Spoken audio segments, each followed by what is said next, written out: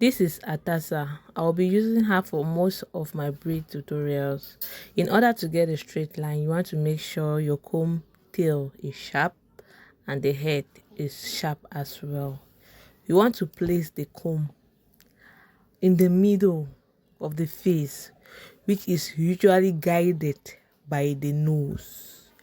You make a straight line with the tail of the comb and take it to the back of the head.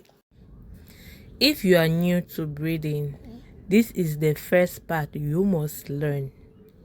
Middle parts and straight lines are the easiest and most important parts for beginners. Start by placing your comb at the middle of the forehead and gently draw a line straight to the back. Don't rush. Go slowly. Use the tip of the comb, that's the tail, not the teeth. After drawing the line, check it. Is it straight from front to back? Does it look even on both sides?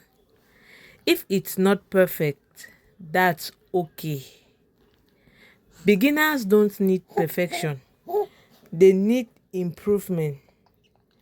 Straight lines are perfect for straight back cornrows, which we all know as bakala, simple braids, and for kids hairstyle.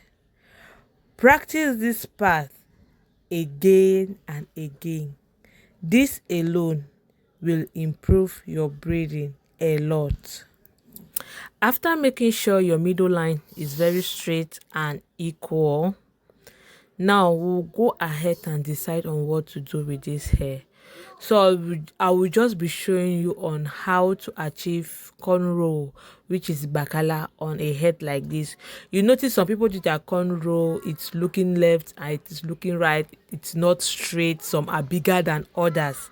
So starting with the middle part, we go a long way to help you in order to achieve straight cornrows which are similar in sizes.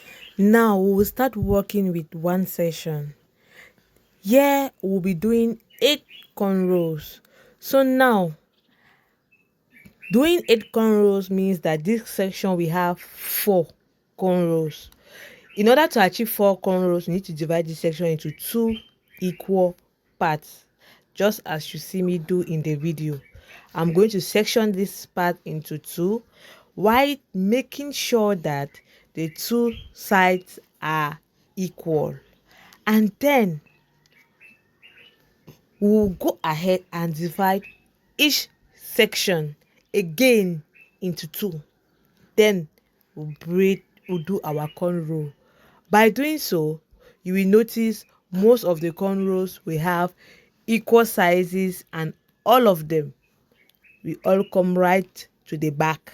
You notice some people will do cornrows and there is one that is hanging in the air because the space behind have been used up all. So by doing like this, we go a long way to help get rid of that. Mind you, this is just a mini course. There is a full course which entails a lot when it comes to learning how to braid and how to manage yourself in order to yield best results.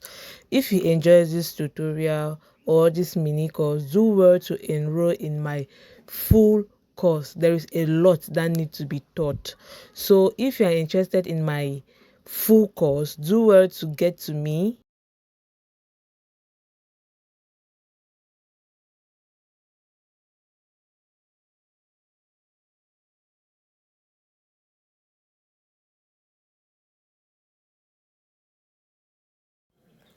And here we are all done. Look at this. All the cornrows are having the same sizes. All of them get right to the back. No one is hanging in the air. This is exactly what I'm talking about. If there is any part or portion of this tutorial that you didn't understand, go ahead and ask your questions. I am ready to redo anything you didn't understand.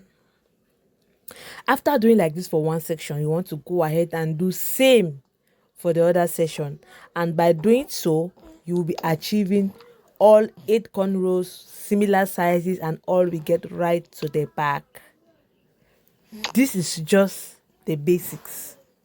These are just the basics when it comes to braiding, and knowing this will go a long way to help you in your braiding career or braiding journey. Ciao.